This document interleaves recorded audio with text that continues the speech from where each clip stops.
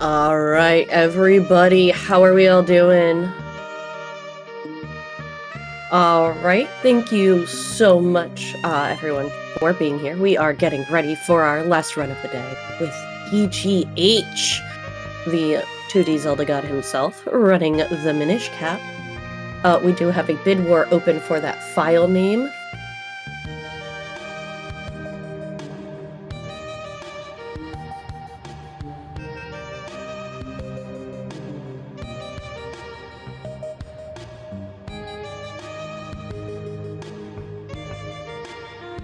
So y'all have a couple more minutes to try to get some donations in for that file name if you want. Right now, Hunch is in the lead. Hunch? Hanch? Hanch. It's like ranch, but not spelled right. Also, we have a $25 donation from Adrift saying PB Pride, ooh woo.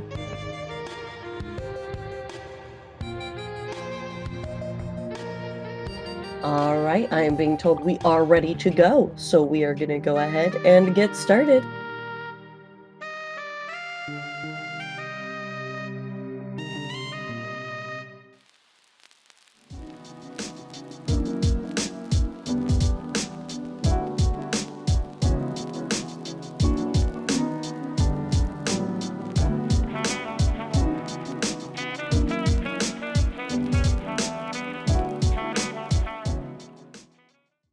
I am a daughter, I am a cousin, I am a sister, I am a member of Delta Sigma Theta Sorority Incorporated, I am a member of Junior League of Memphis.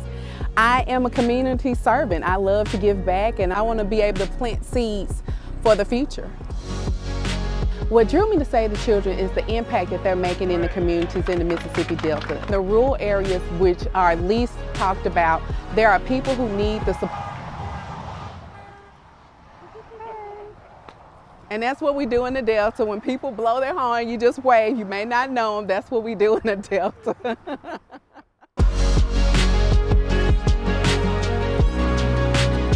What people don't always realize with Save the Children is that we help people in our backyards, in our rural communities. After George Floyd's death, Save the Children made a commitment to improve the Black communities, and that was the opportunity for the BLACKEAG, acronym for Brave Leaders Advancing Culture and Knowledge, to be a resource for Save the Children. What I value the most about the EAG is it provides us the opportunity to build relationships with other individuals within Save the Children and come up with great events such as Tony's Barbershop like we're doing today.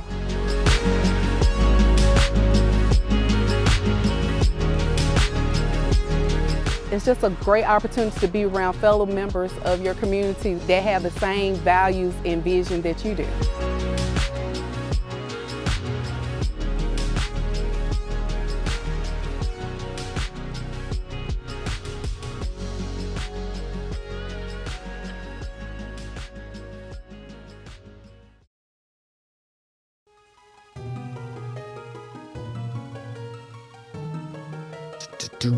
All right, everybody, we are here with our last run of the night. This is TGH running Legend of Zelda the Minish cap.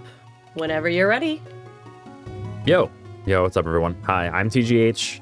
I run a lot of Zelda games, and this is one of them. This is The Legend of Zelda the Minish cap. This was released in 2004, in Japan at least, for the Game Boy Advance. So without further ado, I'm just going to go ahead and get started by actually resetting my game, because this game has some RNG manipulation in it, and the very first instance of it is right at the beginning of the run. This is just for a blue rupee, though. It makes the rupee route a lot more feasible. Oh, the time just started, by the way. I forgot the countdown. 3, 2, 1, go. All right, there we go. Okay. Sorry, Del, we start the run with a really quick soft reset or hard reset. Doesn't even matter. RNG resets completely on either or. Unlike a lot of games where it only resets on hard resets, in this game it resets on soft resets too for some reason. But yeah, again, this is just for a blue rupee. Rupee routing is actually really tight in this run. But this blue rupee manipulation that we're going to get in Link's house, this is by far the easiest RNG manipulation in the run. There are far harder ones later. Trust me on that one. You'll see. The best way I can describe this speedrun is, so At the start, it's going to be kind of dry. I got to admit, it's going to be kind of dry. There's not a lot going on besides just basic movement. Link will be rolling everywhere, or I'll be rolling everywhere as Link, basically. But it's the fastest method of movement. You move about twice as fast as walking when you roll. So it's like Ocarina of Time's roll, sort of, except maybe a little bit faster compared to your normal walking movement in this game. But yeah, so we're just going to start off by text mashing here. And as long as I mash, like, at least without delaying really much at all, I am going to be on this manipulation to start. And so the blue ruby that we're going to get is just in a pot in Link's house. So that's pretty easy. It's just going to be like in the next room. I'm just going to make sure I only roll twice here. But yeah, so like once we hit like about the 30-minute mark or so, maybe a little bit more than 30 minutes, this run's going to start to get very interesting, very glitchy. Until then, though, however, it's pretty dry. There's only one glitch that saves like 1 second, which I will attempt and hopefully not fail. All right, so there's the blue rupee that we maniped for.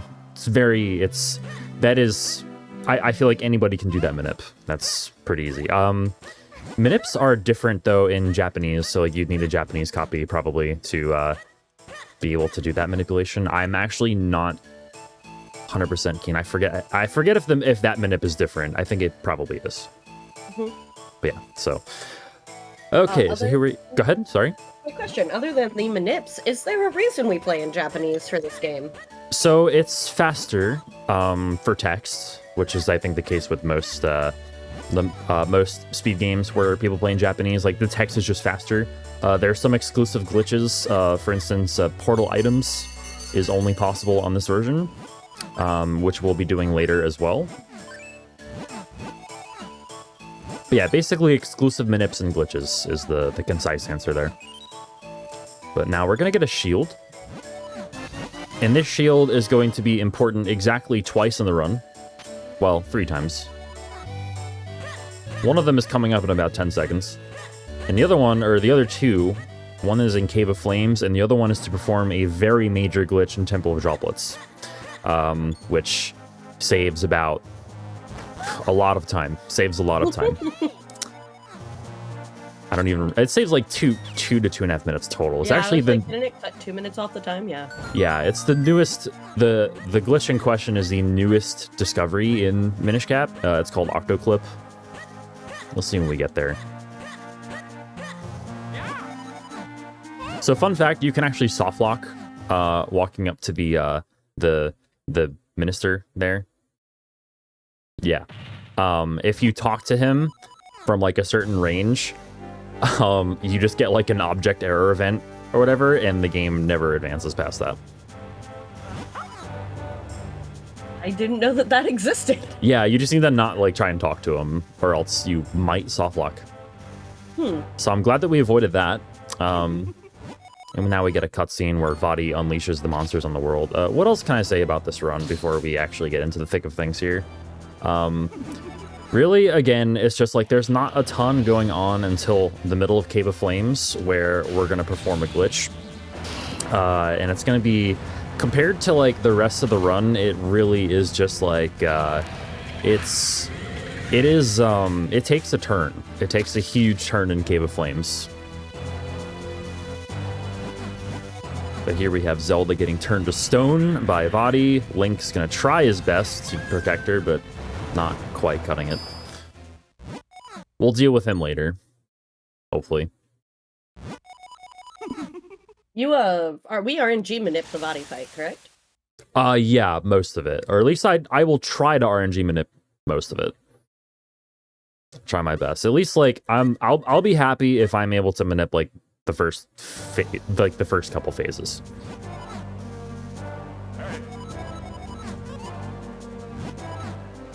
I'm trying to think if there's anything cool to talk about for the first half of the run. Really, yeah, there's really not to begin. I'm gonna be completely real. The first 30 minutes of this run are like there's just not a lot going on, like besides for story stuff. Like we just got a sword, basically.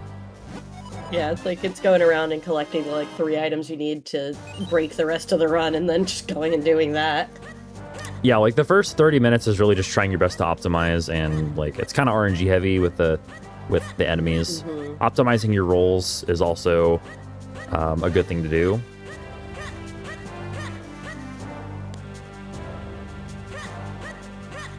So the first dungeon is Deepwood Shrine, which we are beelining for right now. But on the way, we're going to meet a main character of this run, whose favorite letter may or may not be E. That character's name is Eslo. Eslo is going to be our hat for the run. Our hat that basically interjects our run constantly and yells E all the time. Yeah, you'll see. Yeah, we have a question in the chat for you. Sure. Could you perhaps explain how you manipulate the RNG for that ruby? I'm not sure I quite understand. So, all right. There is a single value in the game called, like, I guess it's just called, like, the RNG value. So that value can be easily manipulated because it resets whenever you soft reset the game. So it completely resets. Certain things advance RNG, like, once per time you do it. Like, for instance, sword swings, rolls. Every roll I do advances the RNG. Every sword swing I do advances the RNG. Enemy movement advances the RNG. Basically, anything that can produce a random result. For instance, like the simplest thing being like Link's grunts when he rolls or swings his sword. Anything that's randomized at all also rolls the RNG forward to prevent like staleness in the RNG, and thus advances it forward. So that same RNG value also controls things like drops, enemy movement itself, so on and so forth. So basically, like, when I say RNG manipulation, unless it's like that, like, honestly, the first form of it right there, like, of RNG manipulation is more of just knowing where the RNG is at the start of the run rather than a manipulation. It's manipulation in a technical sense, but it's really just kind of knowing where it is in that case. But later on, we're going to be actually manipulating it. I hope that made sense. But yeah, just know that there's one value that controls basically all the luck in the run, and we are utilizing our knowledge of that value to sort of predict what will happen and influence it in a way. So here we are in Minish Village. We met Eslo as well. Again, Eslo is our hat. I wasn't kidding when I said he was our hat. But yeah, this is the main mechanic of the run, basically, or the main gimmick of the game, I should say, is shrinking down to the size of these miniature creatures called Minish or Picori. Or they're called Picori, I think, in Japanese, but like, yeah. So I'm not going to go into what things are named. Just know that these are the Minish.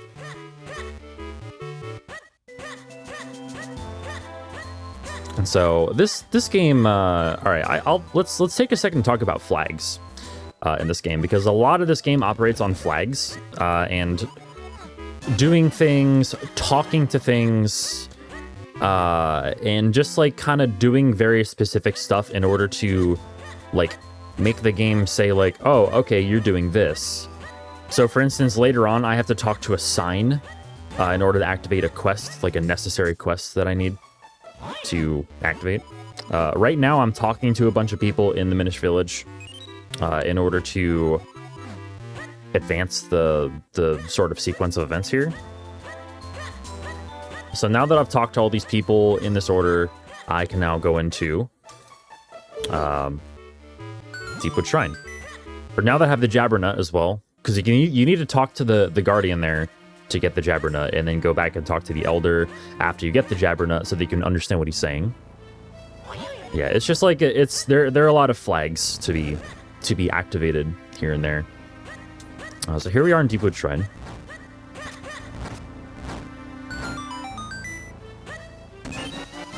So far, so good. I was going to say, if I have 2 seconds, we do Yeah. have 2 donations that came in. Absolutely, go ahead. One from Sarah Venzel for $5. I'm trying to see it. Peanut butter question mark, or peanut emoji, butter emoji question mark, egg period. Also, is it cheating if I donate to my own poll? Questioning face. I don't understand the peanut butter egg thing. You know? I don't either, but I don't think that's cheating. I don't think it's cheating. I think it's just voting for what you want to do. And then I have another $10 from Surf, our commentator from the last run, saying, "Tick-tock, here comes the clock." Again, congratulations to Clock District on his PB. Yeah, I'm like, what peanut butter egg? Alright guys, thanks guys. Again, our goal for the evening is to try to reach $2,500, so if you can, go ahead. We are $145 away from our goal. I don't know, when I think of peanut butter, I think PB, so like, I don't know, maybe it's a reference to that? Yeah, maybe? like I don't know what egg is, though. I don't. It's literally all emojis. It's just peanut, a peanut emoji, a butter emoji, question mark, egg, period. Is it PB? PB 0? PB egg. No, so you collect eggs in the last game, and that's how you unlock, like, the final boss. Oh, okay. I see. So they got a PB, so it's PB egg. Okay. I see, okay. I was reading it literally, I'm like, peanut butter? Cassie, I was thinking PB. Yeah. I guess I was close. Not really. Well, you were way closer than I was. So yeah, a lot of Deepwood Shrine is just like optimizing movement and like hoping you get good luck in a lot of places with enemy movement as well. It doesn't affect your time that much, but it really can if it wants to. Like there, I just had to slash some enemies just to like get them out of my way. But it is what it is. Here we have a quick little mini boss fight. They were a little bit annoying at the end there.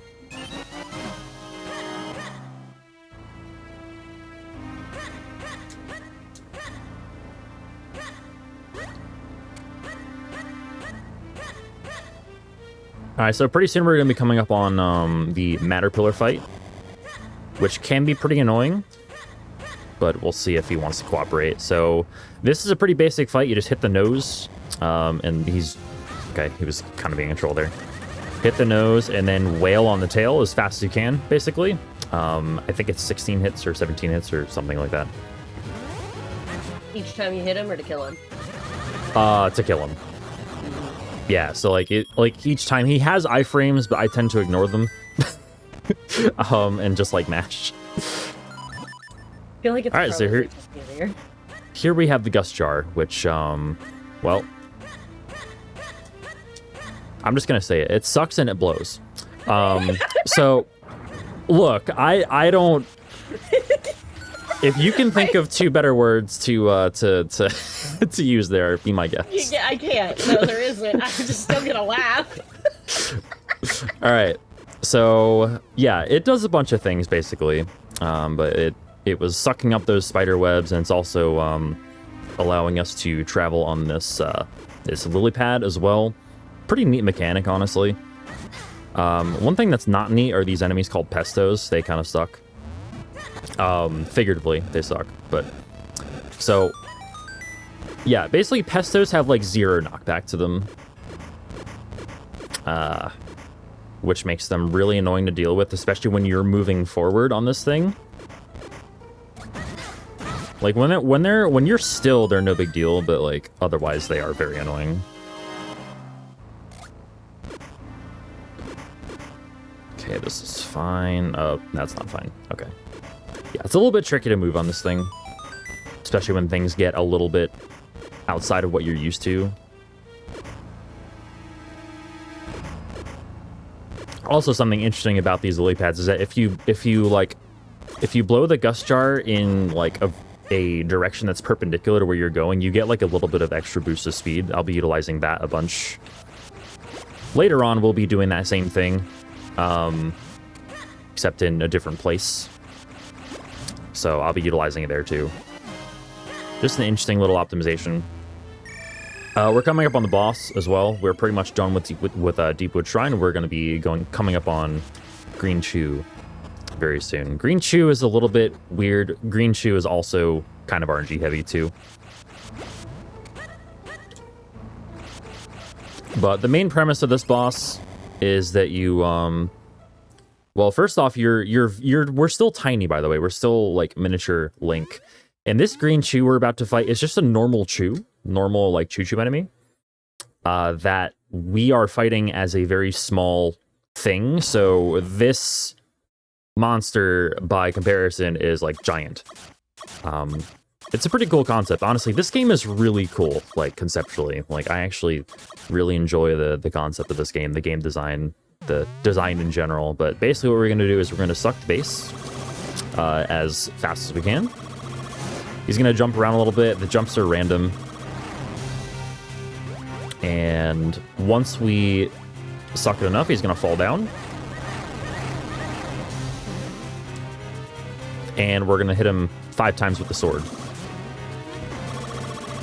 I like to hit him 6 for good measure. Whichever way he goes, he leans first, he's going to fall down too. So I already knew there he was going to fall left. Or rather, he'll try to fall towards you, but I just go over to the left to make him fall faster. We're not getting very good RNG on this fight. But it's fine. I think it's only like 5 or 6 seconds, which separates like the best RNG from the worst RNG there. It's not that bad, but it's like, you know, since there's like not a lot going on at the beginning of this run, like 5 or 6 seconds can seem like a lot of time.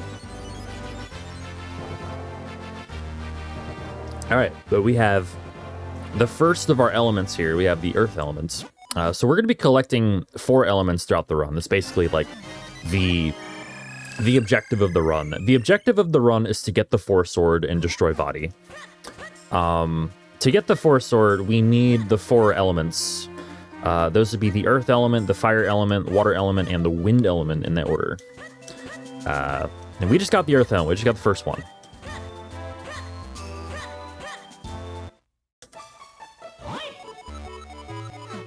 Alright, so now we're just going to leave the Minish village and go continue the rest of our adventure. So the next stop here is going to be the dojo. Or actually, well, first, we're going to go get bombs first. Bombs are just right here in this Minish's house.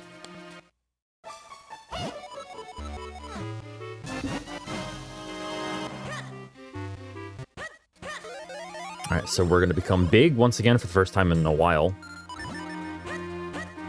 So a little optimization here. I just grab a bomb and just take damage. We get a free heal in a bit anyway, so it doesn't really matter that I take damage there.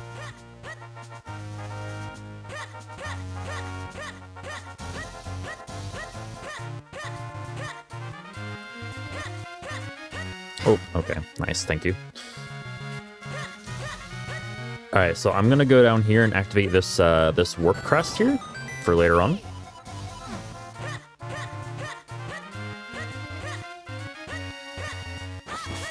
All right, so interesting little thing here, this cutscene. So this serves as a tutorial for how to fuse kinstones in the game. Like, there are a bunch of NPCs you can fuse kinstones with. And kinstones, it's basically like just, I don't know, it's a thing that you do to get like 100% in the game, basically. And they can be useful, or they can be like, you know, rupees. We save and quit to get out of this cutscene to avoid... to avoid actually completing the tutorial. It's a little bit faster. So, poor hurdy-gurdy, man. Alright, so one thing we do need to do to advance, or to do anything later on in the game, is we need to do a spin attack. We need to learn how to do the spin attack, so we're doing that right now. And pretty soon we're going to be coming up on the first glitch of the run as well. This is a very minor glitch. I'm going to be utilizing an abuse of home tiles, which is basically like, so certain tiles are designated as like safe tiles, and this right here is a safe tile, but none of this road is actually a safe tile. So we're just going to jump in the water here, and we're going to spawn there to get past the guard. That saves 1 second. Yeah? There you go, Sarah. Yeah? Yeah. All right, very cool. I also did something there called a roll lift on the bomb. Roll lifts save, I think, maximum of 42 frames. So you gotta try to do it every time. You don't have to, but like it's so what I'm doing is whoops, I just placed the bomb there by accident instead of the bottle. Don't do that. I don't want to waste too many bombs. So basically a roll lift, I'm not going to do it here because it's not really like worth to try. But there we go. I was able to kill that Tektite as well. That's good. We want these rupees for later.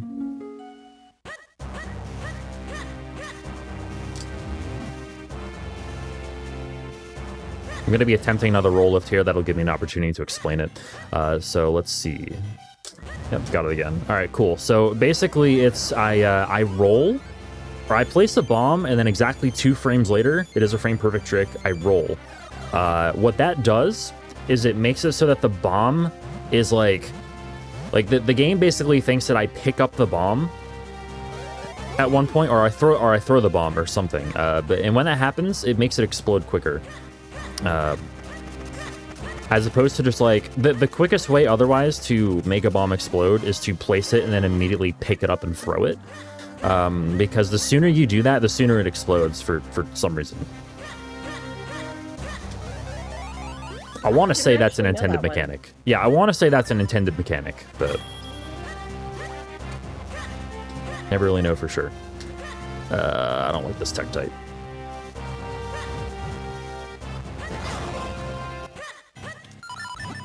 All right, I need to make very sure not to dump this green water, because we got that green water for a reason. I remember being really stuck on this part of the game in my casual playthrough because I didn't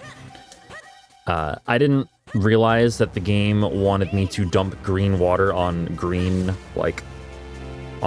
beans as opposed to, like, you know, blue water on blue beans. It's like that. My brain never made that connection, I guess, but I don't know. I like to tell myself that a lot of people made that mistake, so I feel better about that, but it's whatever. Anybody else make that mistake when they played this? I unfortunately never got to play this as a child. Oh, really? Mm-hmm. It's a good game. Really, I didn't get to this game until like I played it like in college, and then I played it on stream again at some point like years later. Yeah, it was sometime last year. I remember. No, yeah, I was not actually a Zelda kid for the most part. I was hard stuck on Fire Emblem around this time. Oh, yeah. Fire Emblem is a series that I never actually played myself. Neat little thing here, by the way. We can actually... This game is pretty big on layers. And right there, we actually kind of, like, abused a layer by just, like, sucking up the mushroom from a lower layer. But really, layers just kind of count as, like, barriers in this game, or, like, the way... It's weird. I'll get more into layers later. When we utilize a trick that, like, actually just depends on it. Can you not do that? Wow. That was BS. That P-hat is not usually that much of a troll. He just completely blocked me. Alright, so now I'm actually gonna grind for some bombs here, just in case. There we go, thank you.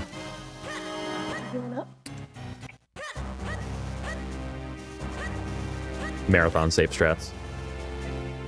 I actually had just enough bombs to last me, like, for what I needed to do, but I don't trust the game right now. So we're not gonna do that. We're not gonna be that tight. Yeah. Trust the game. Actually, well, maybe I don't. Maybe it's just I don't trust myself, but that's fine. All right. So I have a decent amount of health for this, but you wanna have at least 2 hearts coming up this wall. This wall is just brutal sometimes. Like, those rocks, I got lucky that time, but those rocks can actually, like, be the end of you. now it's just depending on a bit of luck to not get screwed there by enemies, and we are good. I could have just killed those, but, you know, we want to be fast, I guess. I mean, that is the point of speedrunning. That is the point. There's a time and a place to be safe, and you would think that a marathon is it, but I say nay. I guess. Yeah, who needs to go fast at a marathon? Not I, said the fly.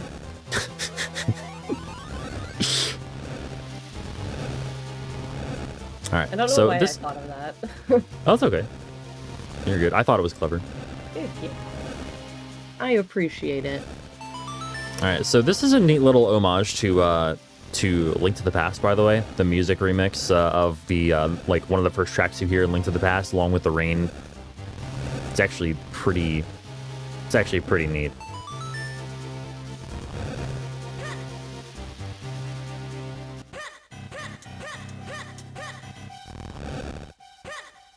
Yeah, no. It's really funny, because, like, everybody is health like, oh, I played nothing but Zelda as a child, and I'm sitting here like, I put 400 hours into Fire Emblem 7. Which is not an exaggeration. There are so many games that, like, I've never played that, like, I really need to play at some point. Yeah, no. The Fire Emblem series is one of them. It's that list of long list of games that never seems to get any shorter. Really, no. It doesn't. I wonder why that is. Because we sit here and replay something from like 2003 for the 5th time. Yeah, exactly. I asked this as somebody who has played the same games over and over and over and over again. Like, I guess, I don't know. Why ever could this be? Yeah. CC, for the record, I also put that many hours into Sacred Stones. Oh my goodness. I did both.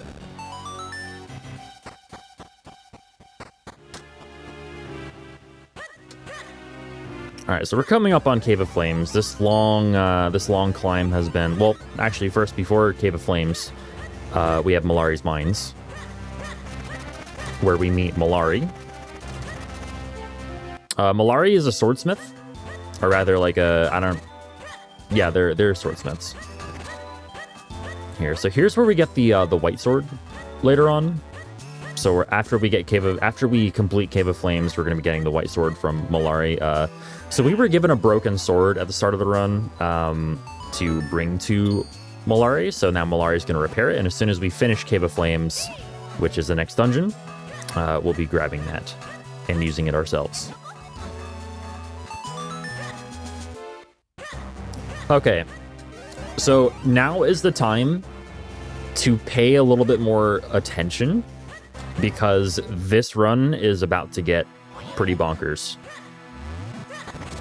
I'm just gonna grab some hearts quick. There we go. The roll lifts. My menu wasn't close to where I thought it was there. Oh, I rolled into Ezlo's trigger. Another thing is, as I shield these things. So Ezlo talks to you against your will a lot in this run, and he has like triggers that, like, you know, if you walk into them, he talks to you. You don't want to roll into those triggers. For whatever reason, the game takes like an extra second. Unfortunately, I rolled into that trigger by accident, but it is what it is.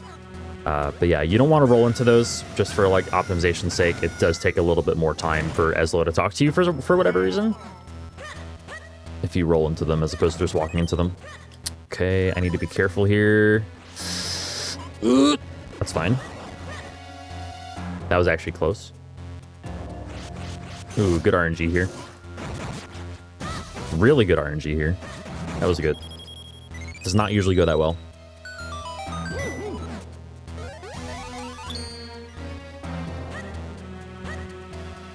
Okay, so coming up, I might as well start explaining this now because it does take a bit of time to explain. I'm going to do something called diagonal angle retention, or DAR, or DAR, whatever you want to call it. All right. Link can face in one of 4 directions, right? Wrong. Link can actually face in 8 directions in this game. You just can't see it. So if I were to pop out of a little hole that I don't know if any have actually shown up yet, but there's going to be a hole pretty soon that you can pop out of and actually face in a direction that's unrepresented by your unrepresented visually by your sprite. You can actually face in a diagonal direction coming out of a hole, and when you face diagonally, it creates some very weird interactions with things. We need that 100 rupees for later. It can create some weird interactions or some weird behaviors and things that you interact with, I should say. So pretty soon we're going to be, in fact, in this very room, we're going to be pulling a block diagonally, and the game, I'm just going to say it this way, the game doesn't really know how to handle that, because the way it handles collision with objects being pulled is it uses Link's collision. But when you pull an object diagonally, the thing that you're pulling doesn't have any collision. It's just Link that does. So we're going to use this technique to pull this diagonally, destroy the tile that serves as a transitional tile between this room and the next room. So now when I go through here, I don't actually transition. I just go out of bounds. And with some careful movement out of bounds, we can appear right on this bridge and skip a lot of the dungeon. You've seen nothing yet, by the way. Yeah, that's like the baby steps. Oh, I messed that up. I completely messed this up. Jump at me. All right, whatever. That was fine.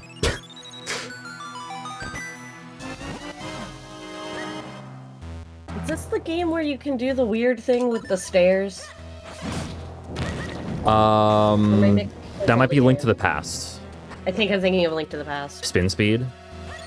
No, it's like there's a Zelda game where you can mess with stairs. Or doors. I think there are probably a few. Oh, doors? Oh, you might be thinking of Ocarina Glitch. I am. Yeah, that is later in the run. Yep, that's this game. Yeah. Okay. Yep. It was like I said, you've seen nothing yet. Here's one where you just turn doors into stairs or stairs into doors. It's really weird. I don't understand it. It just looks really funny. All right, so we're going to be doing DAR again in this next room in order to get out of bounds and skip straight to the boss room. Not sure why I did it like that, whatever. I need you to be out of the way. I need you to be there. That's fine. All right, so I'm going to hold diagonally coming up here, and it's just going to glitch me back there. I know this looks really weird. Trust me, I don't understand it either. I don't know why it does that specifically. We push it up here. Oh wait, no, he's fine. Pull this one more tile up there and hold up and right from there, and now we're through the door. We're not supposed to be in this room yet, and we're also not supposed to be going through the walls either, but we are, so. There we go. And that's Cave of Flames. So yeah, we skipped a lot of that dungeon. Probably about a third, if not more of it. In total. Close to half. Now we have Gleerock. And I think the way I have to present this, I am contractually obligated as a runner in a marathon to point out to you that there are carvings of Gleerock on the walls here. I think that's how it works. Oh, yeah. Yeah, pretty much anything weird or neat like that. So, yeah, Gleerock has 3 phases. He's gonna try to, breathe fire on you. You just block it with your sword and use the Cane of Pachi, which, by the way, I have not talked about at all. The Cane of Pachi just, flips. It flips things upside down. Basically, that is it. I don't believe the Cane of Pachi is in any other Zelda game. I think this is the only game where it's in. Not that I recall, yeah. Yeah, so basically you just use, with some good positioning, actually, I can kind of hit a Gleerock's shell from, like, the side, which is cool. Not there, but the other 2 times I did. Alright, so that's Gleerock. Takes 8 hits, and then 5 hits to kill on the little, like, soft part beneath the shell. Okay, now I need to talk about what's going to happen directly after this. I'm going to do something called Krenel Clip. So utilizing, like, without being too complicated in this this sort of, like, explanation, I'm going to be utilizing something called push value frames in order to clip out of bounds and go straight to, like, the next area of the game. So it is both a quick way to exit Mount Krenel, and it also serves another purpose too. It lets me completely skip a cutscene, which serves as a flag that lets the guards be on guard in front of Hyrule Castle constantly. So in order to get to the Western Woods, which is, like, the next place I'm getting to, in order to get to Western Woods, normally you need the red sword. Like, you need to have upgraded your sword. I'm going to do something here called Bottle Glitch as well, which is going to let me be completely invulnerable to these enemies. So now I can walk around without getting hit at all. Basically, it's using a fairy in a bottle and then talking to the sign. That's it. Or reading the sign, rather. All right, I'm going to stand right there. So I'm utilizing push value frames here, stored push value frames, in order to make Link jump when this rock beetle sits on him. And now we're just completely out of bounds.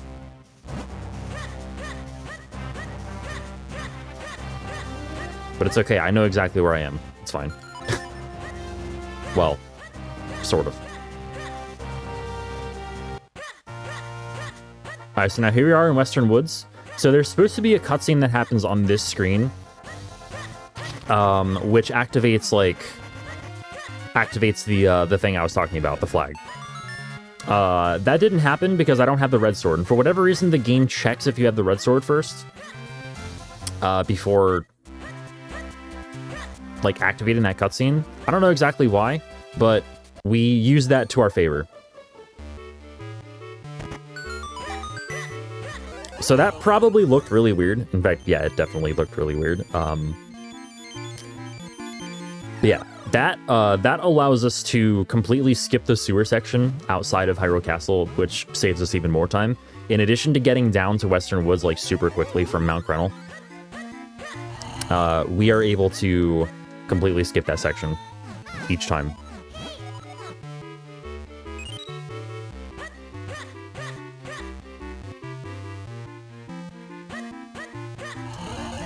Okay, so now we had to read the sign also there out in front of Castor Wilds. We had to read that sign in order to activate the Boots side quest.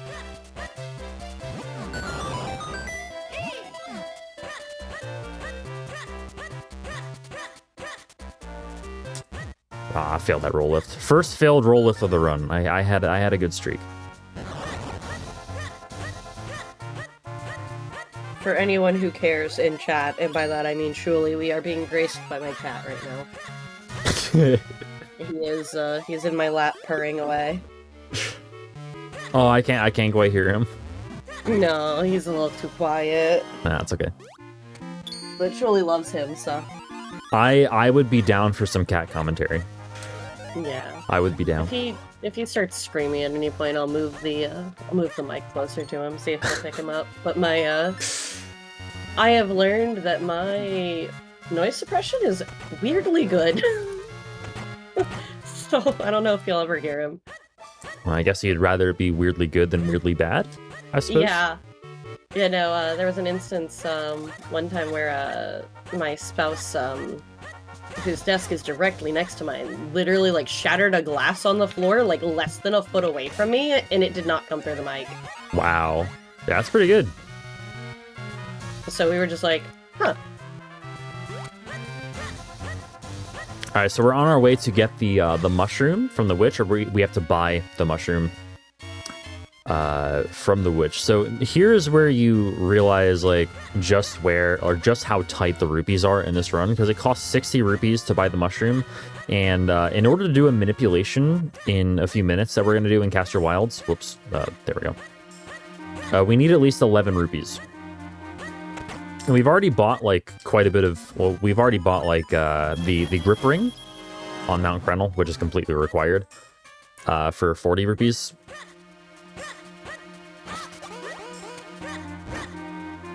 And now we have that to buy too. And we also need 11 rupees for that manipulation that I just mentioned, so.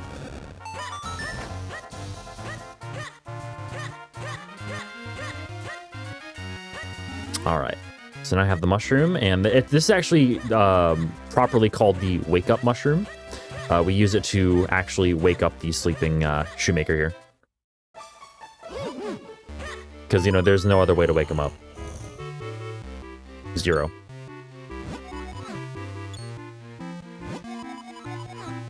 And he's going to reward us, I guess, for waking him up with the Pegasus boots.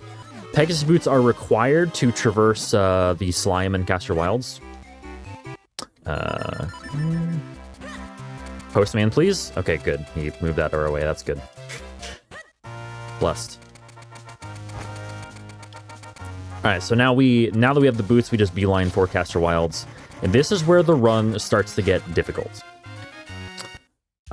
So this is the site of the third dungeon in the game, Fortress of Winds. Now, normally, in order to actually get to the Fortress of Winds, you need to get 3 golden kinstones in this area, fuse with some friendly statues in the southwest part of this map. We are not going to do that. Instead, we're going to do something called P-Hat Clip.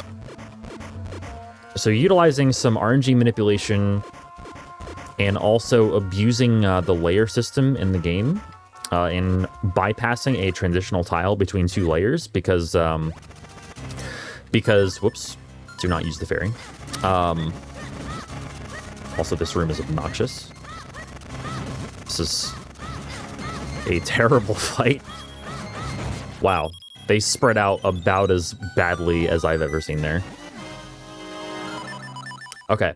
So here I'm going to be doing some RNG manipulation for 3 green kinstones, which are going to be useful later. I will explain why later. It should work.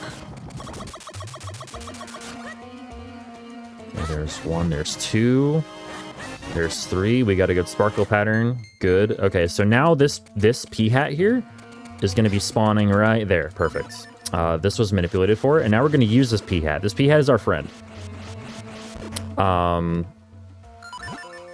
need to do this one more time. Should be far enough away. Okay, good. All right.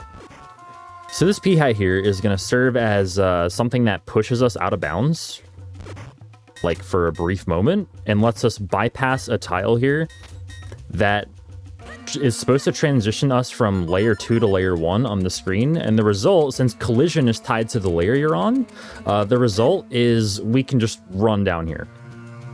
Completely out of bounds, completely ignoring every obstacle on the screen, and just not caring. And there we go, we're in Fortress of Winds. And now that we're in Fortress of Winds, we're going to soft reset, or save and soft reset, so that we can manipulate even more.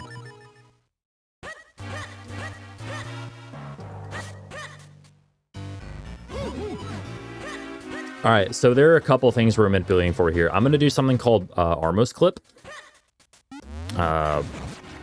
which is not exactly clipping through an Armos, but, well, actually, yeah, it is. Never mind.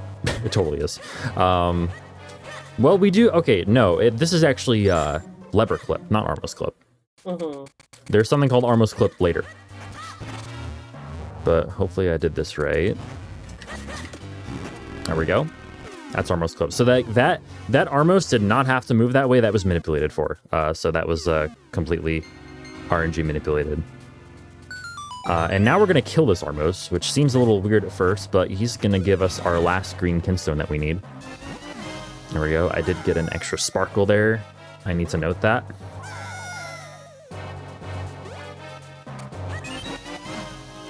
So this entire dungeon up to the boss is manipulated.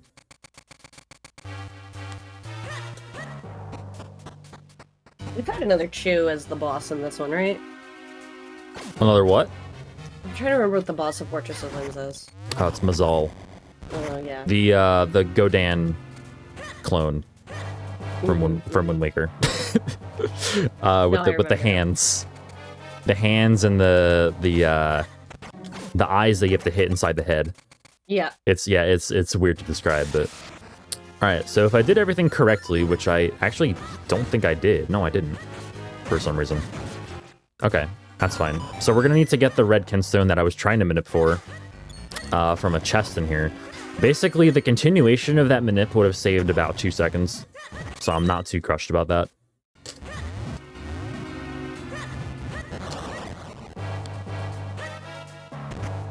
Okay, but that does mean that I need to do a bit of an alt strat here, which is fine.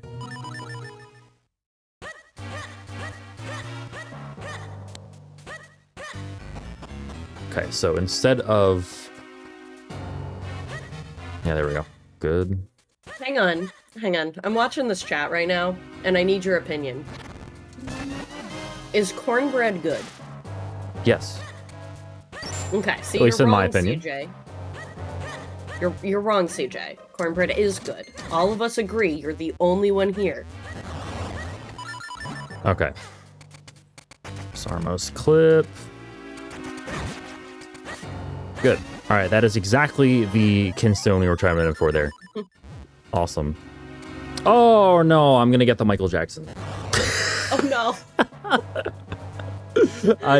Okay, so this is called portal item. This gives me good time to explain this. This is called portal items, and this is what happens when you mess it up. There we go. Okay. All right. There we go. All right, nice. Okay, so portal items was required for that. You have a 5-frame window to jump from there as well. But yeah, so by doing portal items, it gets you far enough up so that you can actually bomb boost yourself like up onto the upper layer of the wall. And what I did was so basically it's interrupting yourself like jumping up onto the portal by using an item. And when that happens, you use an item on the portal. That's why it's called portal items. And when you try to jump up too early, that happens. You just kind of spend a minute like breakdancing on the thing. And while it's funny, it costs a lot of time. And I like to call it getting Michael Jackson's because it looks like you're doing like the... like, yeah, it looks like you're moonwalking for a minute there. It looks like you're moonwalking, yep. Alright, so I actually want to take a little bit of damage here. In fact, I'm at an okay health here. This is Mazal. Also known as Godan from the Wind Waker. Oh, nice RNG. Also known as the weird dude with the hands. Yes. Also known as Bongo Bongo. So basically you hit the eyes with arrows. And then you kill the hands, and then its head becomes vulnerable. You just enter the head.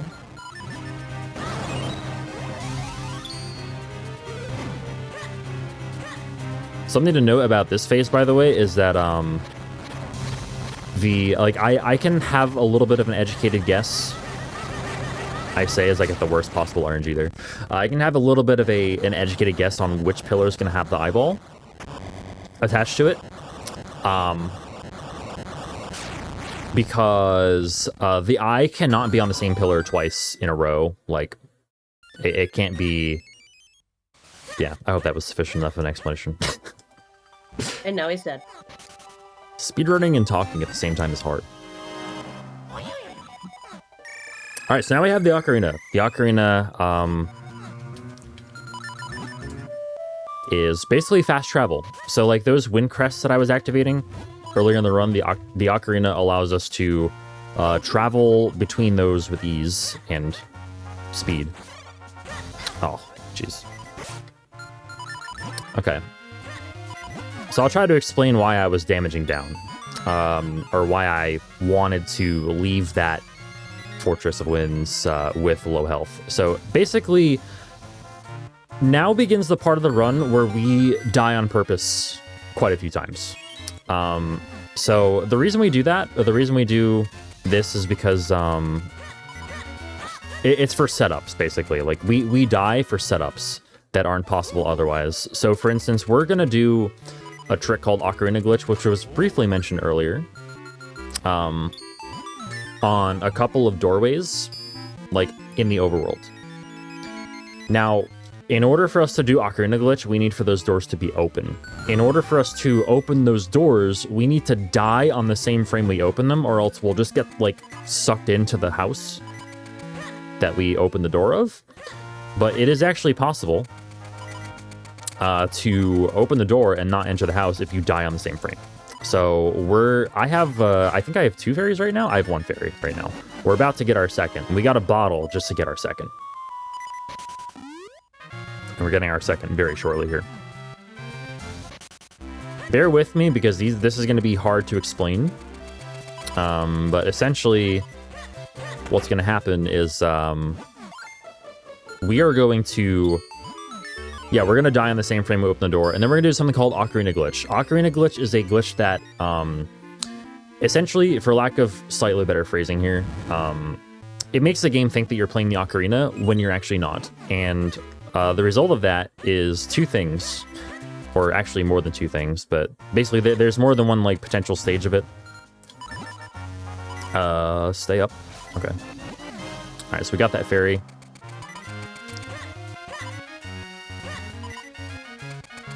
So one of the things that Ocarina Glitch does is it freezes all the enemies.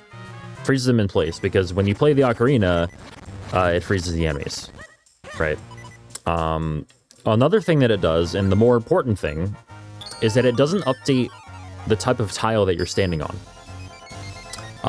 when you're moving. So basically it means you can walk on water, you can run on water, run over holes, etc. Thus is why exactly we're doing this. So we're going to do something called Flipper Skip. Not right now. We're going to do it in a little bit. But we also utilize this... we also utilize Ocarina Glitch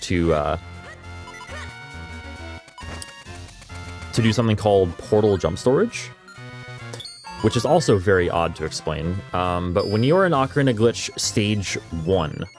I'll get into stages in a little bit, hopefully. But when you're in Ocarina Glitch Stage 1, you can do something called Portal Jump Storage, which when you try to jump on a portal, when you're in Ocarina Glitch Stage 1, you will gravitate towards 0.00 on the screen. I'm going to save here for safety, because I'm about to attempt this. Which basically is all the way at the top left corner of the screen. So we're just going to open that up, and then we're gonna do a glitch here to die on the same frame we open the door.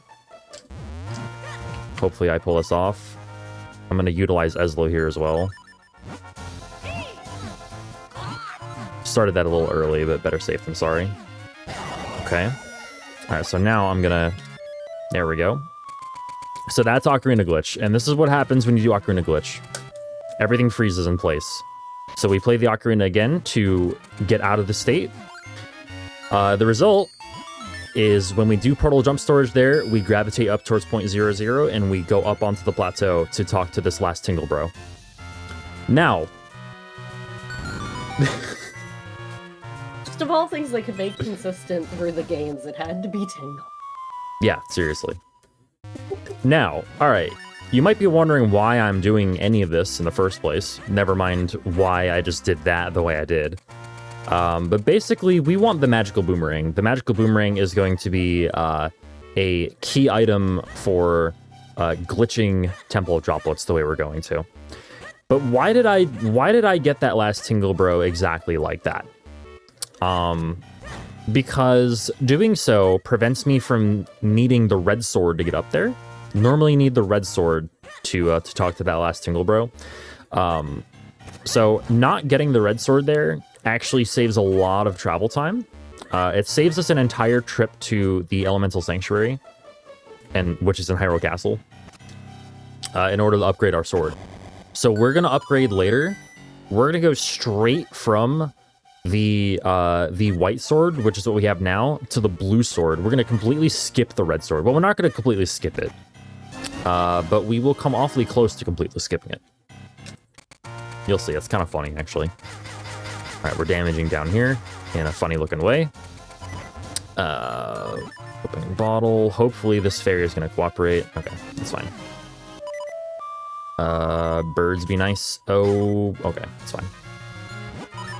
Okay, I'm going to, let's see, equip that, save again here. And we're going to do something very similar to what we did earlier, except this is a slightly different setup. I need to be very careful not to die to this Octorok. We're good. Okay.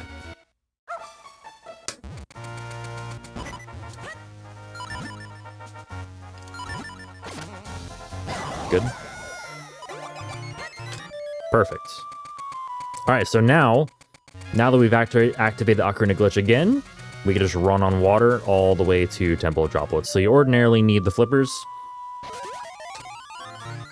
but we're Jesus apparently, so we don't need that.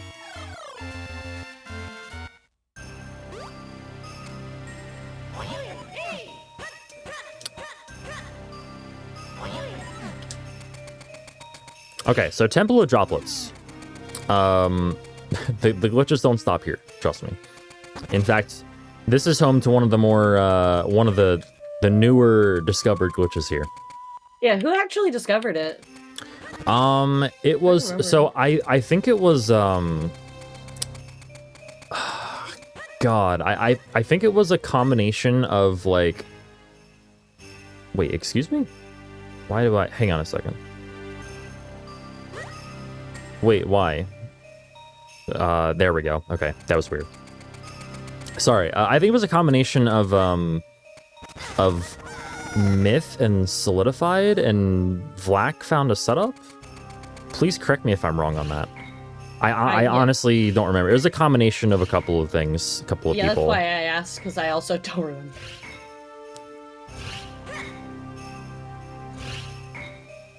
Alright, so we skip a lot of Temple of Droplets, but unfortunately we do have to get this big key by pushing the ice blocks. Okay.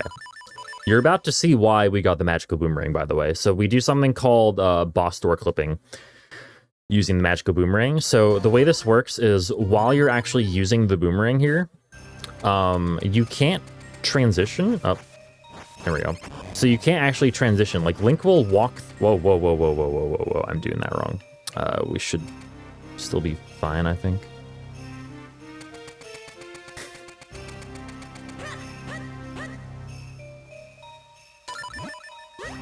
Talking and playing the video game is hard. Okay. So while Link is using the item, like i.e., you know, holding the A button or holding the button for the boomerang, you're in control of the boomerang, and the game will not transition you between spaces. So the result is we just kind of walk out of bounds. And when you do that, you're put in a state where you can't see yourself, but like the camera doesn't follow you, but it doesn't follow you 100%. But you can run out of bounds to a different room. Okay, so here's Blue Chew. So this is basically Green Chew, except it's electric, and it's only vulnerable for a short amount of time. But I'm going to be doing my best to actually damage down on this fight once again.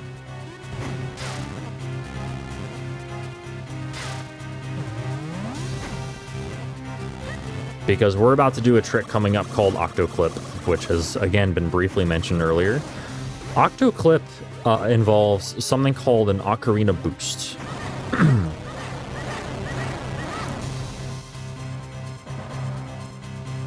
And I'll do my best to explain this in just a second.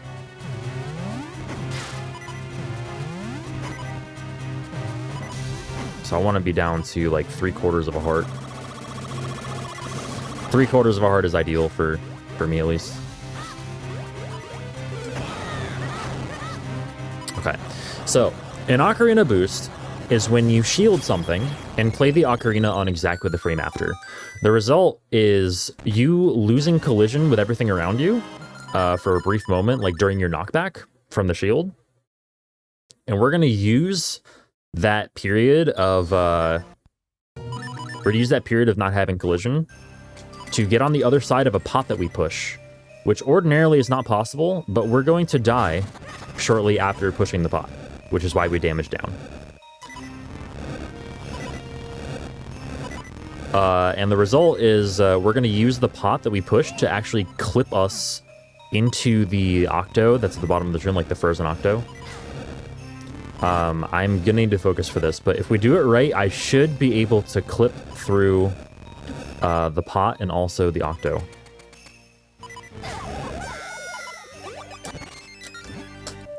And we got it. Let's go. Dang, That's the first hardest try. trick in the run. That is by far... Well, okay, it might not be the hardest trick in the run, but it is the most costly trick in the run to fail. So that is Octoclip. Yeah, just saying, y'all should all donate like $5. You should. You know what? Got You it. should. Yeah, donate. We donated for the PBs, now we gotta donate for first try Octo because it's actually difficult. Like, many runs die to that. Oh, yeah. Oh, yeah.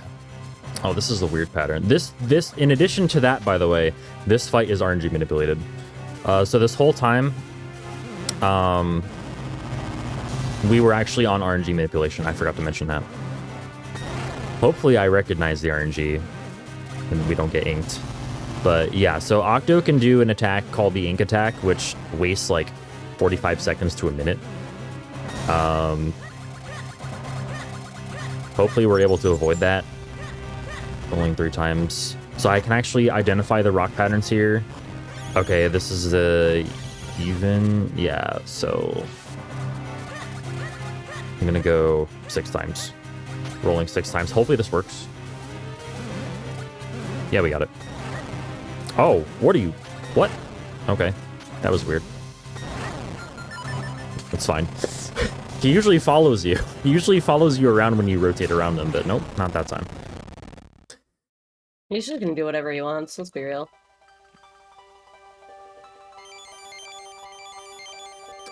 Okay, there's the water element.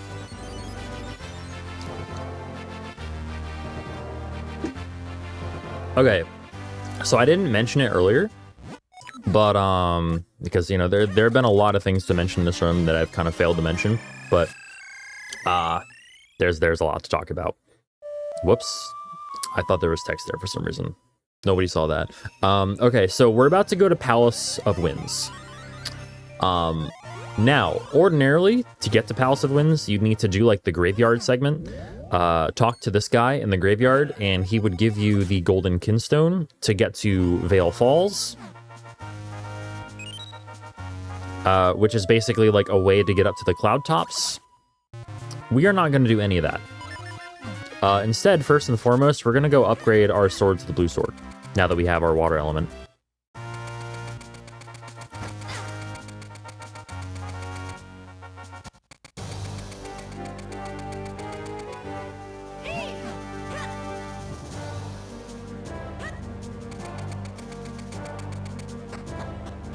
Okay, so yeah, this is actually our first trip to Elemental Sanctuary. We were supposed to do this directly after Cave of Flames, but here we are 2 dungeons later, or having finished 2 more dungeons.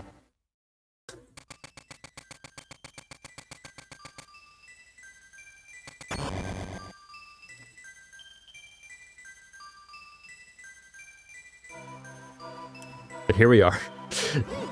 So this is actually pretty funny. So we had the green sword, or the white sword. I call it the green sword because it's green. We had the green sword all this time. We were supposed to have the red sword before we even entered Fortress of Winds, which was 2 dungeons ago. So now we have the red sword, finally.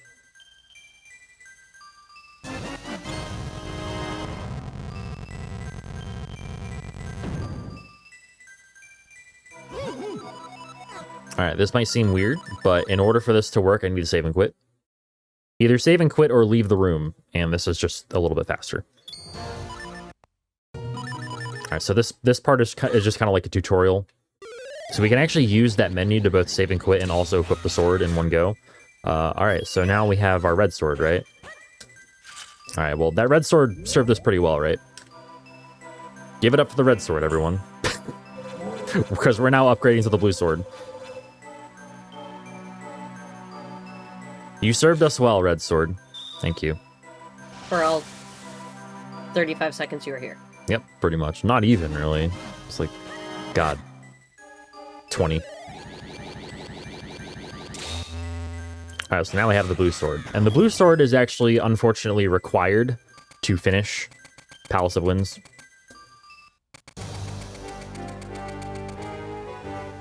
It's really just the first room.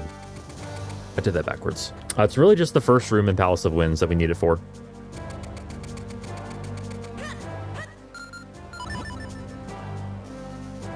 Alright, so earlier on, I fused with a resident in Hyrule Castle Town in order to open this portal right here.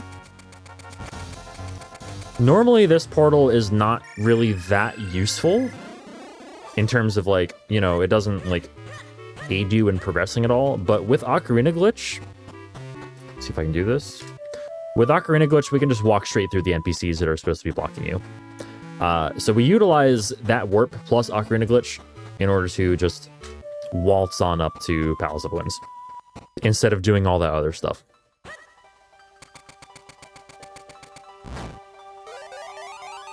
And here we are.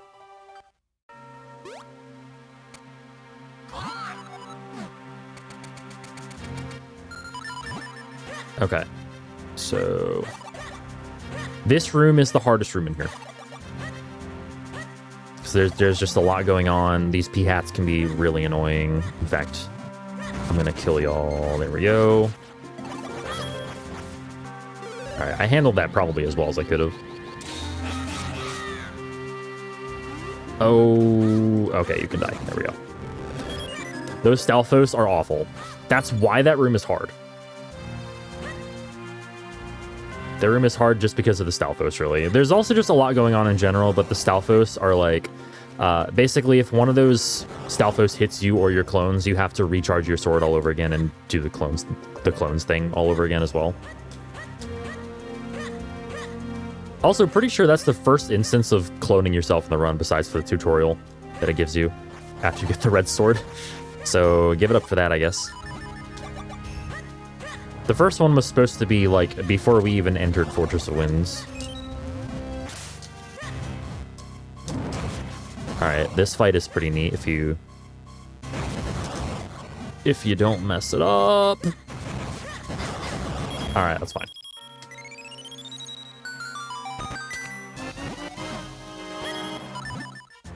Okay, so now we have our Rocks Cape. This is the coolest item in the game, and it's kind of a shame that we get it so late in the run. Shoutouts to Rando, where you can get this as one of your first items, by the way. It's pretty neat. But yeah, the Rocks Cape basically is a returning item from the Oracle games, or specifically Oracle of Seasons. But yeah, you can basically just jump and float with it as well, and it's really cool. Here we have a glitch called Stair Clip. So that was actually for subpixel setup, subpixel manipulation. I'm going to stand right there and just dash right through a tiny little gap between the stairs and the barrier next to the stairs. And this allows me to just go out of bounds completely and ignore pretty much all boundaries. It is really as simple as just dashing through, like, a hole in the collision there. A very small hole that is dependent on subpixels. Alright, so this is a trick right here. So return of diagonal angle retention to do a trick called Verbal Hop. Spelled W-I-R-B-E-L-H-O-P. Verbal Hop.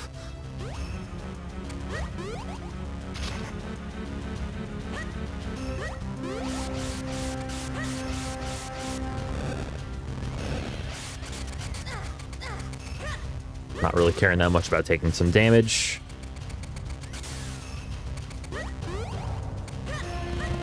We're not done destroying this place yet, by the way.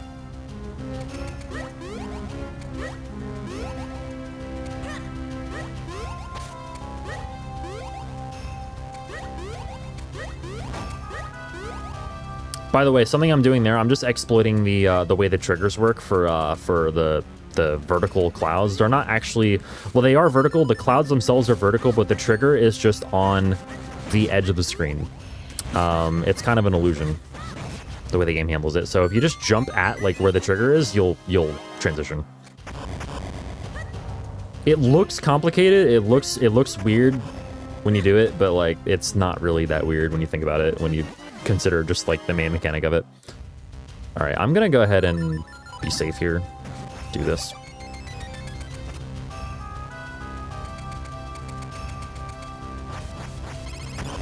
Okay, another boss door clip. And this is gonna look weird too. Just pay no attention to the particles, the particles of game all over the place. And we are almost to Gjorg, the boss of this dungeon. There we go. This is Gjorg. Gjorg is a pain. Gjorg is one of the most fun bosses in the game and also one of the least fun bosses in the game. Depending on how Gjorg feels on any particular day. So basically the main mechanic is you clone yourself, you hit the eyes. There's one position you can stand that works for every eye position though, so like it's not really, there's nothing to react to there. At least not until later. It's bad RNG.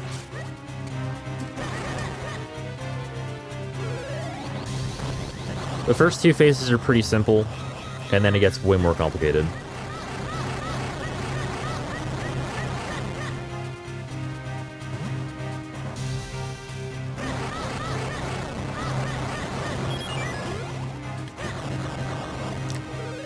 On these phases right here, I'm looking for like diagonal. Yeah, I'm looking for him to do that. If he does that, it is a guaranteed double hit with your spin slash. Okay, and so now I need to do this while avoiding the blue Gjorg flying all over the place. By the way, this is not the same Gjorg from Majora's Mask. I know what you might be thinking. It's just called Gjorg. It's called Gjorg Pair. For whatever reason, that's just what it's called. No. I got a weird pattern there. I could have one-shot that one too. Ooh, good. All right, okay. You can also hit these cloneless with the right patterns as well. I messed up the spin slash there, but you can get them with a regular slash as well. If they appear in one of the patterns where they aren't like separated by a full eyeball, you can just hit them with a single slash or even a spin slash from the right location. And that's Gjorg Pair. That was a pretty uneventful fight, which is exactly what we're looking for.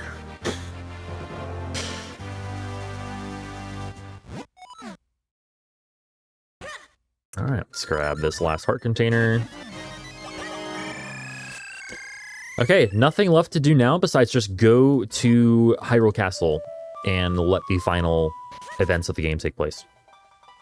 No. Well, okay, I lied. We have one more thing we need to do.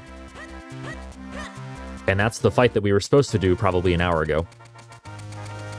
On the screen.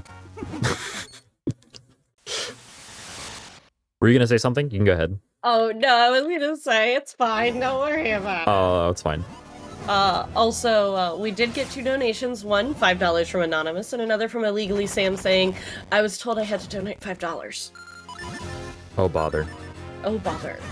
Which brings us to $23.75. We are $125 away from our goal of $2,500 for the night. So we're almost there, guys. Come on. There's 113 of you in the chat. We can do this. Yo, thank y'all for donating. Super appreciate it. So that fight, by the way, I have a very fun fact about that fight.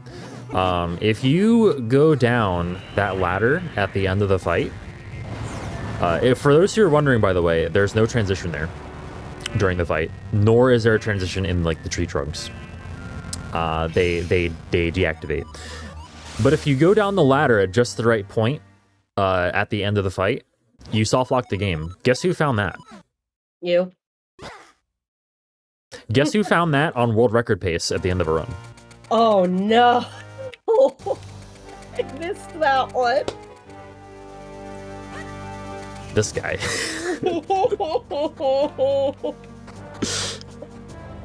It's okay though. It's okay. It's okay. because I PB'd the very next run. It's fine. It was both funny and disappointing in the moment, but it's fine. It's speedrunning. It happens. All right, so one last time, we're gonna put the sword in. Game that could happen in, it would be a Zelda one. Oh yeah, for sure. Like,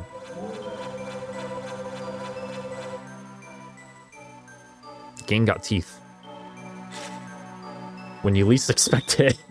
That was when, like, so that was right around the time when Octoclip was found, and doing this fight last became like a thing in the run, because like if it weren't for Octoclip, we would do that fight like almost when we're supposed to.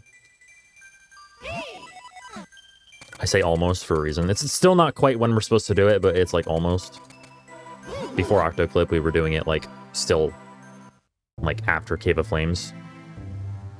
Or we were doing it still before Temple of Droplets, at least. Not after Cave of Flames. We were doing it after Fortress, actually. But all right, now we have a repeat of the cutscene that we saw at the beginning of the run. Remember this? Neither do I. So, okay, we're going to start Dark Hyrule Castle. And yeah, so during or after this cutscene, rather, Vadi is just going to take over the castle. Spoilers, sorry. But yeah, this becomes the final dungeon of the game. We're going to start this dungeon by doing a couple of glitches that save quite a bit of time. Well, the first one saves about 8 seconds if I can manage it. I might fail it. We'll see. Basically, it'll involve us activating an Ezlo trigger at the same time as we free one of the people who were turned into stone in the next room. Aptly called cutscene walking. So hopefully we get it, but it's not a big deal if we don't. The next one is bigger, though. We do another stair clip. Stair clip was the glitch that I did in Palace of Winds that like went through the staircase. We're gonna be doing that again here. All right, let's see if I can pull this off. I think we got it. Yeah, we got it. Nice.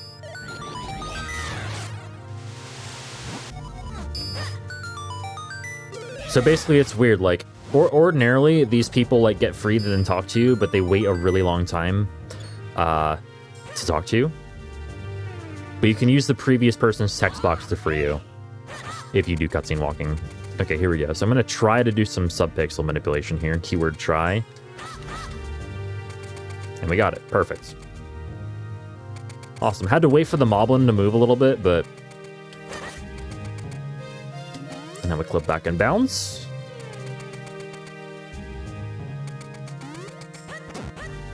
Alright, pretty good start.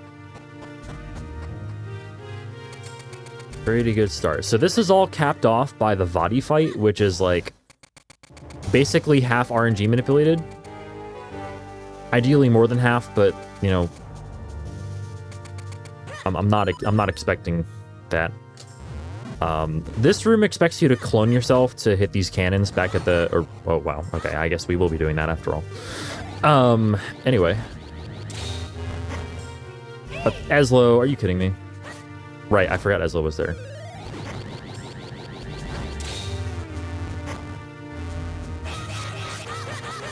There we go.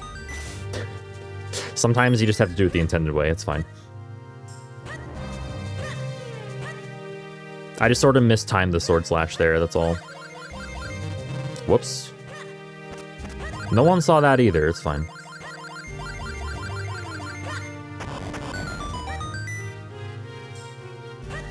It's okay, I pulled off Octoclip. None of this matters. None of this matters.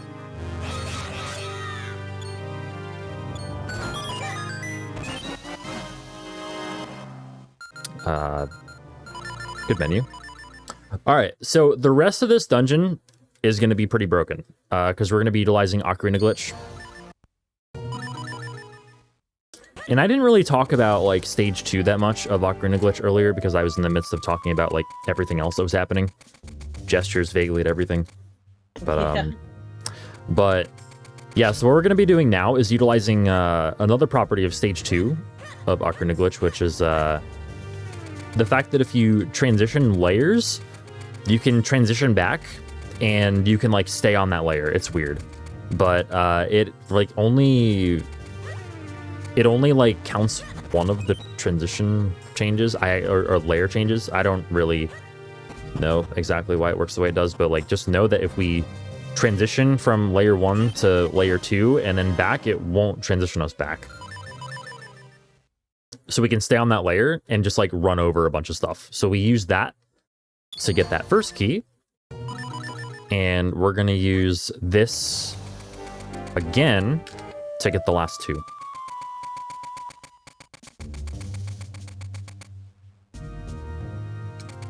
I don't think I failed a single Ocarina Glitch this run. That's actually, like, really rare for me. I usually fail at least one of them, like, once. Well, okay, you know what? There's still one more coming up, and I probably just jinxed myself, so I'm gonna shut up now. I'm also trying my best to manipulate this part, at least to a degree, and so far we're on it, so... I don't know if I'm going to be able to get all the way to where I want to manipped, but we'll see. See if we can at least do the ball and chain guards. All right, yeah, that was the last Ocarina Glitch of the run. Right there. Oh, we did it.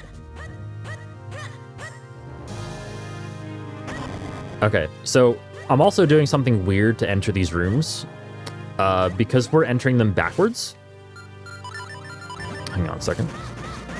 Good. Because we're entering them backwards, we have to, like, jump diagonally into the room. It's weird. And then, like, as a result, we just kind of enter the room.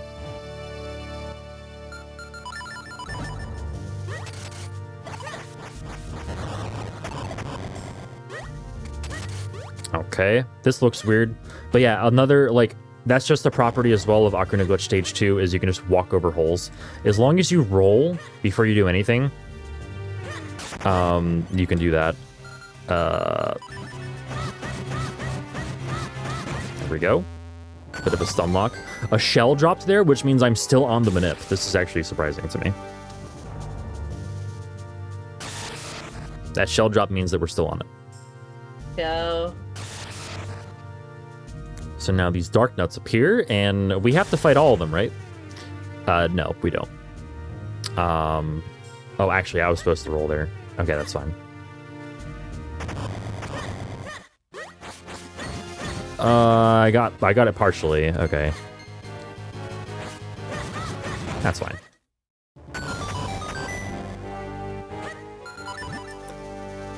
Alright, so coming up is a room with an enemy called guineas, or ghosts, really. They're really just kind of ghosts. Only one of them is the real one. It is random, whichever one it is. But you'll know by the way it flashes. There we go, that was it. Okay, so now we just go get our last key here, and we begin the manipulation sequence. So basically the entire, or not the entire, but like the entire first half of the final boss sequence slash fight is manipulated, and I'm gonna see how far I can take the manipulation. The most likely place for the manip to end is one of the very first parts, is the Dark Nut fight. Sometimes the Dark Nut manipulation just doesn't quite work for a reason that I'm not sure about, but yeah, the object of the second half of this dungeon is just to get all 4 of the keys from, like, the 4 corners of the castle to unlock being able to push this block and getting the big key.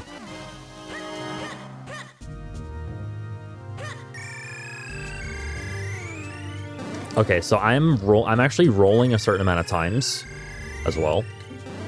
I'm not rolling here just to, like, not change the RNG. And I'm doing very specific things. Just know that I'm doing very specific things here. Swinging my sword at, like, certain times in order to fix the RNG to where it's supposed to be. So far, we're still good. If I do this room right, I'll only have to swing my sword 4 times. There we go. Perfect. And I'm swinging once and rolling into this trigger. in order to try to fix this fight the way I wanted to. Oh, you know what? I'm gonna try it again. Like, again, it just fails for no reason sometimes, and I'm not sure why. Feed them? It seems to only... attention. He just reached up and batted your cord. Sorry. That's okay. My cat is trying to get... My other cat is trying to get attention. Cat commentary? I don't know. This one's the quiet one. Buddy, here. Yeah, I'm gonna try it again. Because... This seems to happen in marathons only. I don't understand it. It happens every once in a while, but like specifically in marathons for some reason. We have two cats. So. It happened the last marathon I played in too.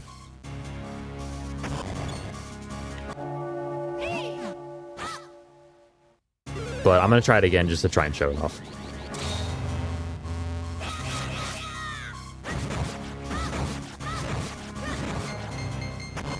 This run hasn't been bad at all, so like we're probably still coming in well under estimate, I think.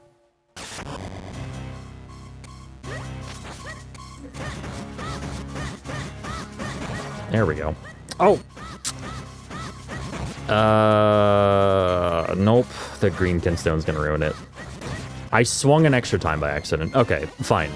We'll just do it on minutes. Sorry.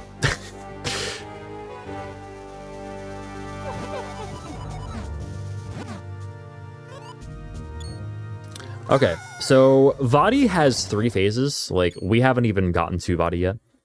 Well, we have now, but like we're about to fight Vadi. About to fight phase 1 of Vadi. Unmanipulated, this is a pretty hard and like luck-filled fight.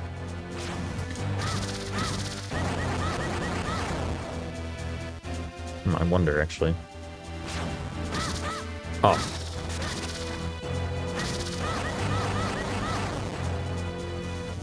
Okay, so the idea is to kill the orbitals and then hit the eye a certain amount of times. With the right speed and like rhythm, you can actually hit him 6 times, which is the best you can do. Like that. So far, this is not bad.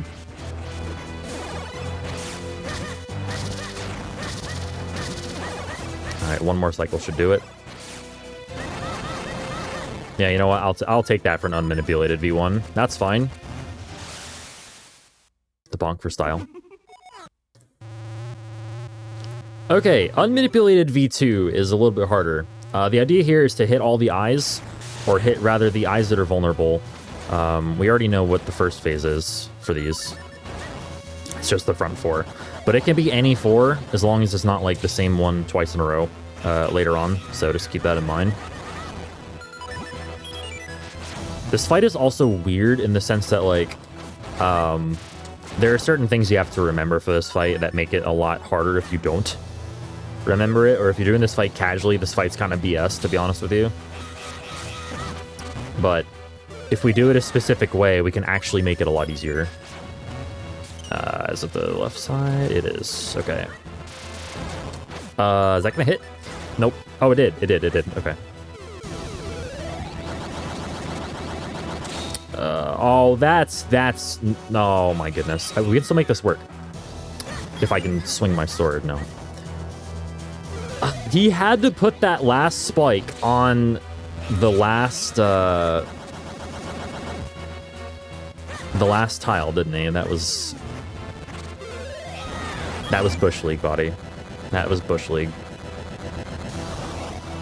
Yeah, so that's only part of the reason why we try to manipulate that fight.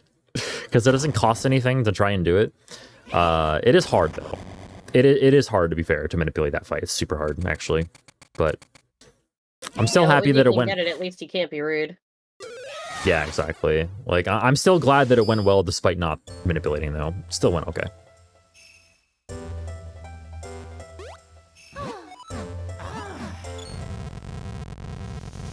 Yeah, that was really rude of Vadi.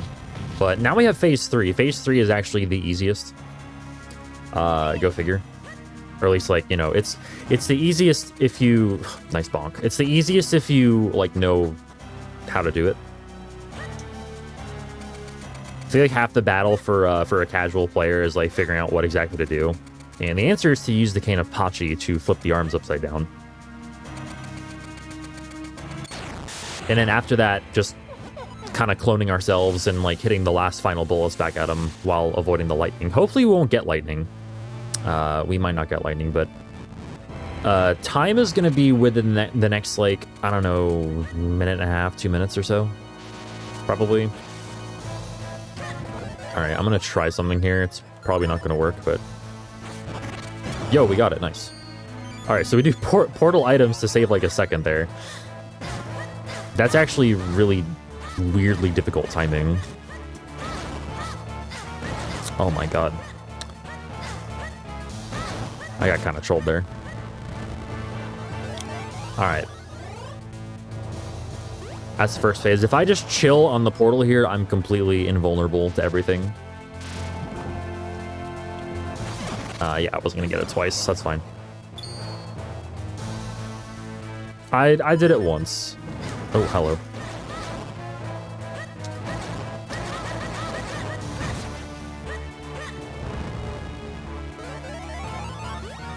Okay.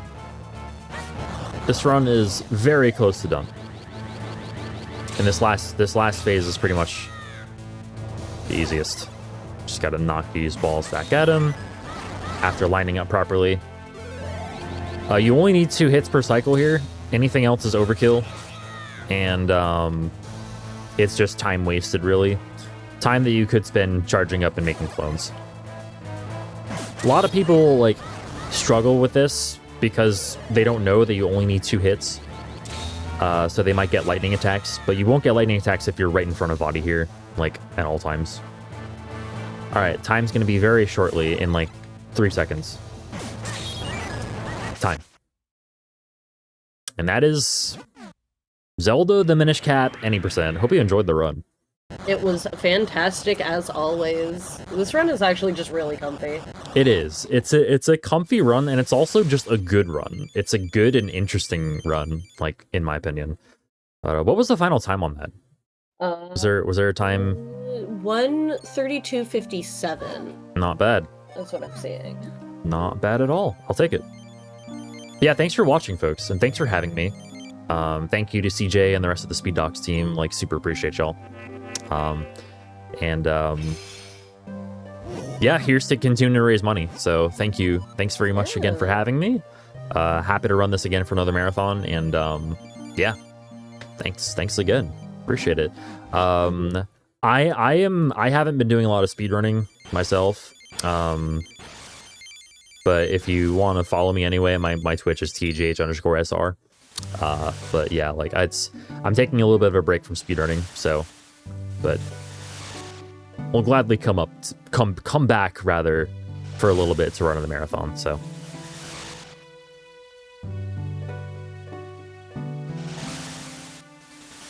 all right. Well, thank you again so much, Mr. TGH, for being here with us and showing us an awesome Minish Cap run. We really do appreciate it. We appreciate the good, comfy end of the day. We will go ahead and send it over to our intermission screen to close out for the day then. thank you for being an awesome host as well. Oh, thank you. I appreciate it. I did my best.